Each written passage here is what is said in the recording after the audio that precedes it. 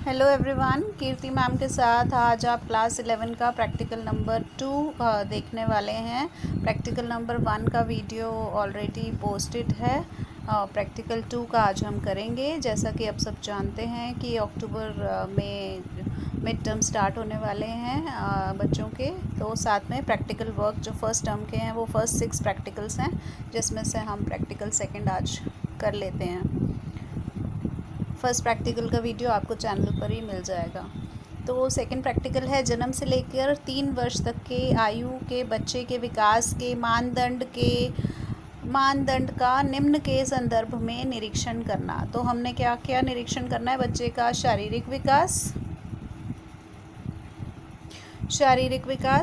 क्रियात्मक विकास, भाषा विकास, सामाजिक भावात्मक विकास।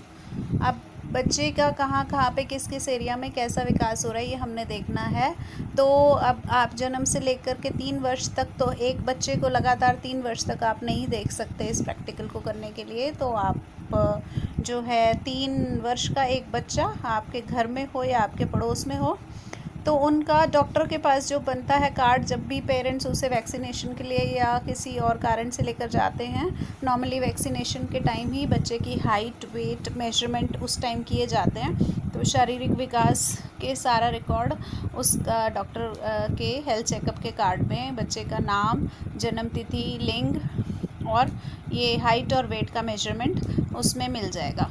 तो यहाँ पर हमारे पास शारीरिक विकास की जो टेबल है, जन्म के समय कितनी बच्चे की औसत ऊंचाई है। औसत ऊंचाई मतलब जो एक एवरेज हम मान कर चलते हैं कि इतनी होनी चाहिए, एक बच्चे की होती है ऑलरेडी, इतनी हम मान के चलते हैं। फिर वास्तविक ऊंचाई, जिस बच्चे का रिकॉर्ड आप यूज़ कर रहे हैं उसके बच्चे की इस टाइम पर कितनी ऊँचाई थी। तो जन्म के समय 4 महीने पर, 8 महीने पर, 1 वर्ष, 2 वर्ष, 3 वर्ष की आयु पे, अलग अलग आयु पे जो औसत ऊंचाई की साइड में आप बच्चे की एक्चुअल जो उसकी हाइट उसने गेन की है वो आप लिख देंगे। इसी तरह से जन्म के समय 4 वर्ष, 1 वर्ष, 2 वर्ष, 3 वर्ष का आप शारीरिक भार लिख देंगे। औसत भार हमको दिया हुआ है, उसी के सामने आप बच्चे का अपना भार लिखते जाएंगे।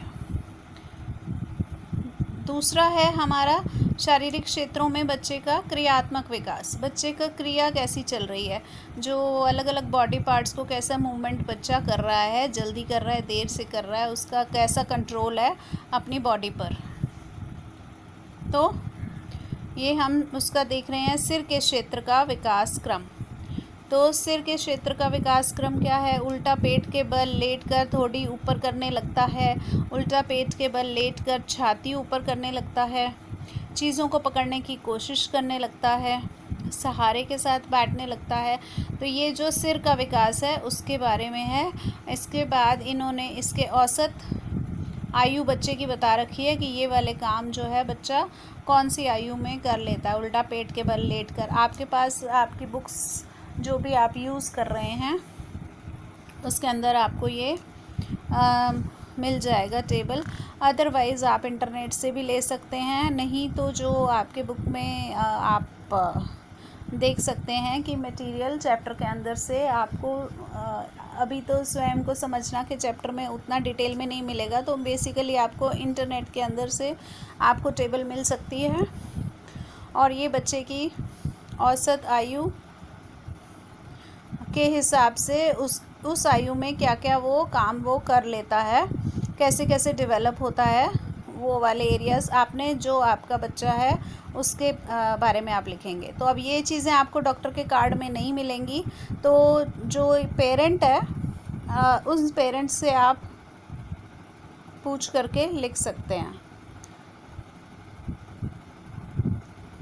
पेरेंट्स ही आपको बता देंगे कि बच्चे का कब कब विकास हुआ। धड़ के क्षेत्र में क्रियात्मक विकास, लेटे हुए शरीर को लुढ़काना। यहाँ पर धड़ के क्षेत्र में क्रियात्मक विकास, बिना सहारे के बैठना, बच्चा कौन सी आयु में कर रहा है वो आप लिख सकते हैं। इसी तरह से अपने शरीर को खींचकर सहारे के साथ बैठना, शरीर को सीधा रखकर गोद में आराम से बैठना, इस तरह के ये पॉइंट्स हैं। तो ये सारे पॉइंट्स के बारे में आप यहाँ पर औसत आयु दी हुई है, वो साथ में आप वास्तविक आयु बच्चे की बता सकते हैं।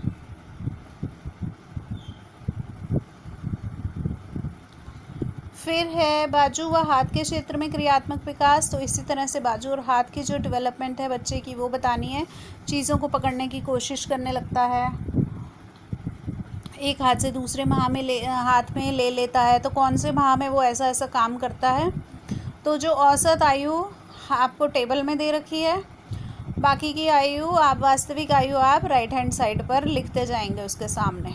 ये सारा प्रैक्टिकल करने का हमारा जो उद्देश्य है वो यही है कि आपने बच्चे का विकास देखना है, एक जो नॉर्मल औसत के हिसाब से है वो चल रहा है कि नहीं, स्लो चल रहा है या फास्ट चल रहा है।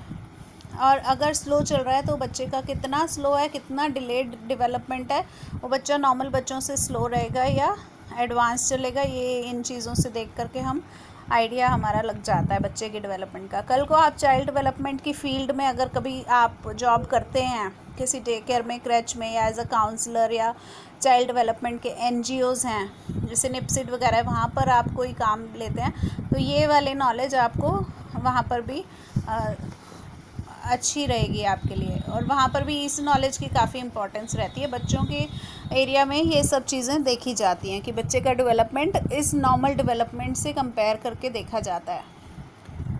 तो ऐसे ही टांगों व पैरों का विकास का क्रम है, ऐसे ही अपने आप खाना है, और अपने आप जो विकास का क्रम है, जुराबें और जूते उतारना, कपड़े उतारने की कोशिश करना, कपड़े पहनने की, तो ये कौन सी उम्र में कर रहा है बच्चा। तो वो चीज़ें आप इसकी औसत आयु से मिला करके राइट हैंड साइड पे वास्तविक आयु आप बच्चे की लिख देंगे और फिर आप कंपैरिजन कर लेंगे। इसी तरह से भाषा का विकास है, कौन सी उम्र में बच्चे ने भाषा का विकास किया। रोना, चिल्लाना, ध्वनियाँ निकालना, बबलाना, प्रसन्न होना, भय को समझना, जो बच्चे के भाव आए अंदर और वो उनको कैसे समझा रहा है, अपने किस भाषा का प्रयोग करके वो समझा रहा है।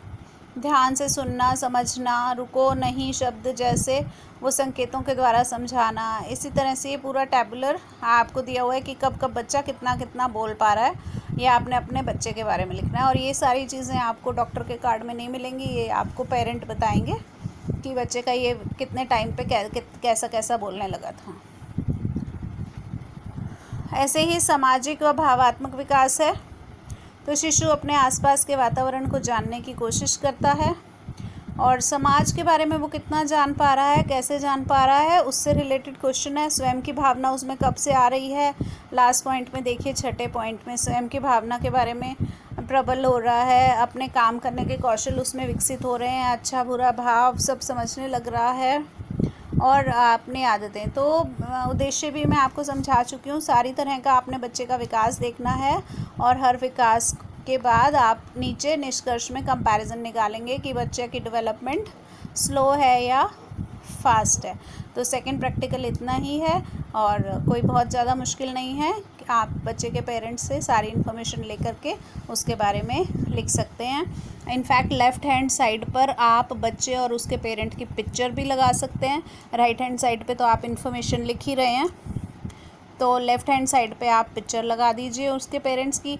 अगर हेल्थ कार्ड है वैक्सीनेशन का तो वो भी लगा दीजिए, और बच्चे से रिलेटेड उसी बच्चे की पिक्चर्स आप लगा सकते हैं। जनरल बच्चों की पिक्चर्स, इस एज ग्रुप के बच्चों की जो नॉर्मल पिक्चर्स है वो भी आप लेफ़्ट हैंड साइड पे लगा सकते हैं। तो इतना ही है सेकंड प्रैक्टिकल। होप आपको समझ आया होगा।